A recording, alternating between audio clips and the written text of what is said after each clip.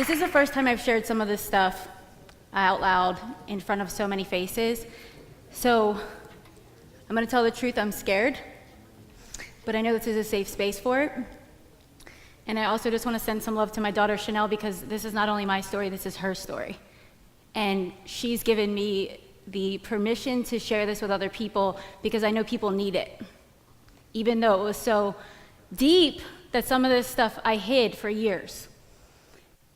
Funny enough, I moved to Glendale from Las Vegas in 2009, December 2009, and when I moved here, I was on a mission to be Nicole, because before that I was Nikki. And Nikki, people didn't want to know Nikki. Nikki was the one that has been to jail. She sold drugs, she transported drugs. She had boyfriends, she always chose men and loved men and didn't want them to leave even though they beat her up, even though she was in a hospital, even though all these things happened. So when I moved here, I wanted to forget all of that. So how many of you guys have had something happen to you where you thought, you know what, I just want to forget that never happened? Whether it was like you got cheated on, right? You made a mistake and you're like, oh my God, how the heck did I even do that? I'm just gonna pretend that never happened, right? And I had years of my life like that. So I thought, I'm just gonna move to LA, I'm gonna start a healthy lifestyle. My daughter's so young, she don't need to know about all this. And I'm gonna start again. So that's what I tried to do. I tried to do that. And then I got really sick. And I had so much anxiety. I literally had so much anxiety that I was down to like 100 pounds, and I was at every hospital around this area getting MRIs, CAT scans, and I'm like, I know something's wrong with me. They're like, it's stress. I'm like, I'm not stressed. I have no stress. My mom and dad are always stressed. They're not like this. So that being said, I'll tell you where it all started. The time where I tried to shut my life out. Where I tried to kill Nikki off. 10 years ago, just over 10 years ago, I was at my home in Las Vegas with my ex, my daughter's father. He was so abusive that I was just recovering from having 10 staples in my head right here. So when I say violent, it was very violent, and I wanted to escape, and I was plotting my escape, but he wouldn't let me leave with my daughter. And my daughter was only 2, and I was also addicted to cocaine at the time, and I could not stop drinking over the cocaine. You think you're doing cocaine to wake up, but I'm like, I want to drink to come back down, so it was like my homeostasis. And there came a time where we were in the kitchen, and I had this feeling that if I don't leave now, he's going to kill me. I already saw what happened last time. So I'm in the kitchen, and he yells at me, make me something to eat. And I want to say, fuck you, make your own food. But I already know better than to say that. So I don't say anything, and I just get to working, and I look back, and I see Chanel, who's only 2 at the time, and she's just playing with her toys. And he's sitting on the couch. And as I turn around, it hit me. I could leave. I could leave right now. But I thought about my Xanax that I also took when it was time to go to sleep. And I thought, I can drug him. And if I drug him, he might go to sleep. So my heart's racing because I'm like, oh my God, if he catches me, I'm dead for sure. So I grabbed the bottle. I had a tea mug because he wanted tea, right? He was particular. And he wanted pizza. So I take the Xanax out, I crush it, I eat a little bit for myself, and then I put it under the cheese of his pizza. And we're laughing about this, but this is me drugging someone that might kill me, right? But it is kind of crazy, right? It's like, this is my life, this is real life. So I have it under the cheese of the pizza, I put it in the tea, and then I go hand it to him. And then it hit me like, as I gave him the plate, and I saw this man, because the truth was I loved him. As twisted as that is, like someone could beat your ass, cheat on you, and all these things, and like I still was afraid to be without him. So I saw him with the plate, and I just had this like heaviness of guilt, like, wow, am I being just like him? Am I being a monster like this? Am I like abusive and all these things too? And as I saw him eat it, I had this sadness, like this may be the last time I see him. But I let him eat it, and 20, 30 minutes later, he was sleeping. So I was like, Devin, he was knocked out. And I just, Devin, he's still knocked out. So I went and I grabbed money. We were selling a bunch of drugs at the time. We had money in the cabinet all the time. I grabbed thousands of dollars. I grabbed Chanel and whatever clothes I could get, and I ran out and we went to the airport. So I made it and I left. 6 weeks later, I got a call from Las Vegas Homicide. There was actually a woman murdered at my home, at our home. So he ended up shooting a woman that he was dating. I don't really know all the details, but he shot her and killed her in a house 6 weeks later. So when I went back to my house, my friend Andrea, wherever she went, she was at the house with me. We went back to the house, and I'm literally standing in my closet of the home that I built, and there's this cutout where they cut out her body, but still there was blood, and there was just, she was there. And I still to this day don't know who that woman is, but I saw that that woman was a sacrifice for me, right? Like, I was like, this woman's life is not going to be lost in vain. Like, I have to fix my life. And not only that, like, my daughter needs me to fix it. And if I'm really honest, because it's fucking truth-telling event, I always think, like, I don't know if I would have went back if he didn't do that. I don't know. And you know what? I'll never know. But I didn't, and here I am, right? So, thank you. But so now, the stigma of, like, single moms know, there's a freaking stigma around being a single mom, right? It's like, yeah, right? There's, like, some stuff there. And then on top of that, it's like, okay, well, my daughter's father is in jail for murder. And I had addiction, and I had all these things. And not only that, I was on welfare, and I was poor, and my family's like that too. Like, we're just all messed up.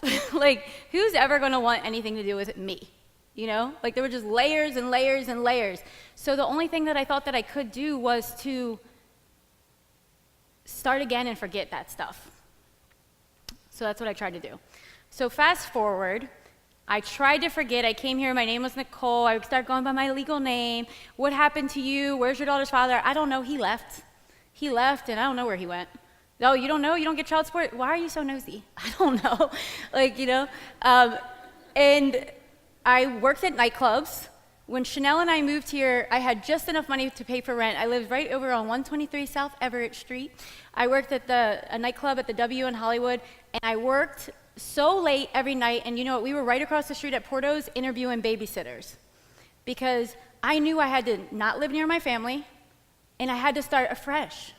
So people would be like, so then I had the shame of, like, am I a bad mom for having these people babysit my kids? But I had to trust my intuition that I would choose the right people that would love my daughter. And that this would work out because I'm being called to do it. So a few years later, I'm so skinny, so sick, I wind up at the hospital down on the other side of town with mono. And if anyone's ever had mono, you cannot freaking move with it, right? Like, so it just was like such a wake-up call. And I had an anxiety attack on the freeway in Pasadena, and I pulled over and I blacked out. And someone had to call the hospital. And my friend Erica comes, and she has Chanel, and she's like, you have to do something about this. So she told me to go to Agape, if anybody knows. Who goes to Agape here? Okay. So I was like, this sounds like some BS. This looks like really Hollywood when I looked at the video. And I'm not a church person, but I was desperate. So I found meditation. And something that they were talking about there, Michael Beckwith always talks about, was like, your past. There's a part of you that's never breakable. There's a part of you that cannot be touched, cannot be tarnished, cannot be broken. And I was like, I like that. I like that. I can't really totally embody that yet, but I really like that. And I kept going. I got out of nightclubs. I worked at New York Life right up the street and sold life insurance. I was on my sales and hustle, and still ignoring the whole life that I just wasn't ready to face. And finally, when all of the anxiety, all of these things, I was like, I don't want to be on medication anymore. I don't want to do these things anymore. I end up at a meditation retreat, silent meditation retreat. And I remember I had this vision. And I'm at the meditation retreat, like, how do I win that award at that company so I can get the free trip to Miami and get all the recognition and all these things? And I had this voice that I don't know if it was a voice, but it was just, if you want to call it God, intuition, a part of me said, help women and everything will be taken care of. And I was like, help women? how am I going to help women? I'm the worst. I'm like the epitome of what women should be, not be, you know?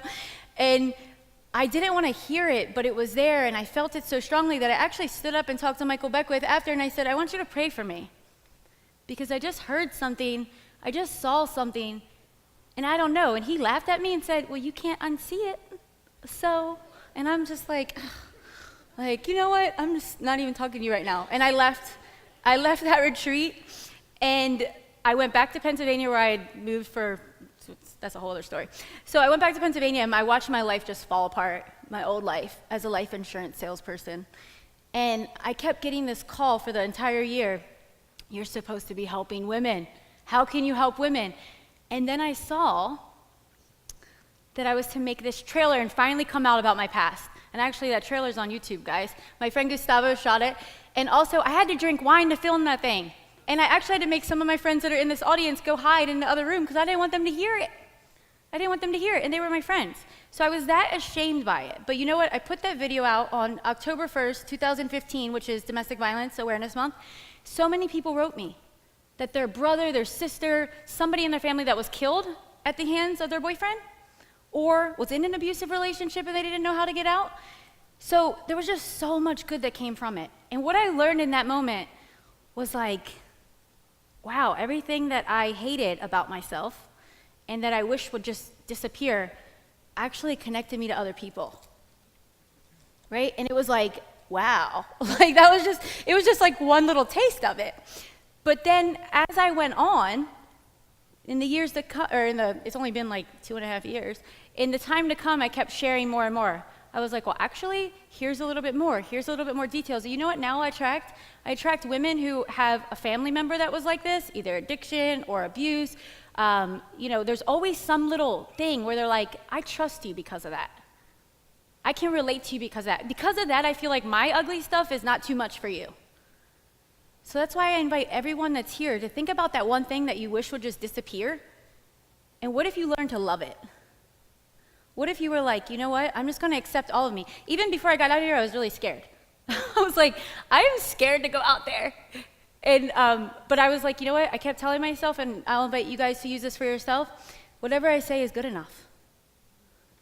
Everything about me is good enough. That takes practice to feel that, and you know what, I don't feel it all throughout the day, every day, right? But it's like, and you know what, we should admit that. Because if we don't admit that, we have people walking around thinking they're the only ones, thinking that they're not good enough, thinking that they can't do it, thinking that they're scared. So what if we just all came out and we're like, you know what, I'm scared, I'm doubting myself, okay, but you know what, now let me brush it off, now I'm good, right? So going back to all of this, what's the moral of this whole story? Life will feed you the medicine you need to drink. You know, I learned this now because I look at other people who may be going through, I mean, come on guys, who judges other people? You hear, oh my God, they're addicted to drugs. Oh my God, she's with that kind of guy. Oh my God, look what she's eating and look how she's treating herself. Let them be where they are on their path. That's the one thing I've learned. Because if I didn't go on my path and struggle and suffer and hate myself and actually cry, like, will I ever be able to have a night where I don't use cocaine and drink alcohol? Like, I literally asked myself that. If I didn't live that, I wouldn't be the teacher I am today. I wouldn't know how to embody other people's strength and call them out and say, look, you got to dig deeper, you got this. But if we never feel our shit, how are you going to be able to accept other people's? You won't. So I invite all of you to start loving your shit, right? Or loving your stuff, whatever. But, you know, so I know each and every one of you guys has a Nikki, right? Like the part of you that you didn't want, and it could be who you were in college, it could be who you were in your last relationship, it could be who you are today, but guess what? Just like that, you can choose, I'm going to do something new. I get to do something new now. I get to claim, we are who we say we are. And we get to remember that. You get to change just like that. That's why I don't like to play roles. That's why I want to come out here in barefoot. Even though I have a speaker reel being filmed right now, I was like, you know what? I only want to speak at places that are okay if I walk out here braless without shoes. Because you know what? I get to claim that. So anyway, guys, I got to run. My time is up, but this has been such a pleasure, and I'm just so grateful, especially all my friends, clients, and all of my new Friends, right? Thank you, guys.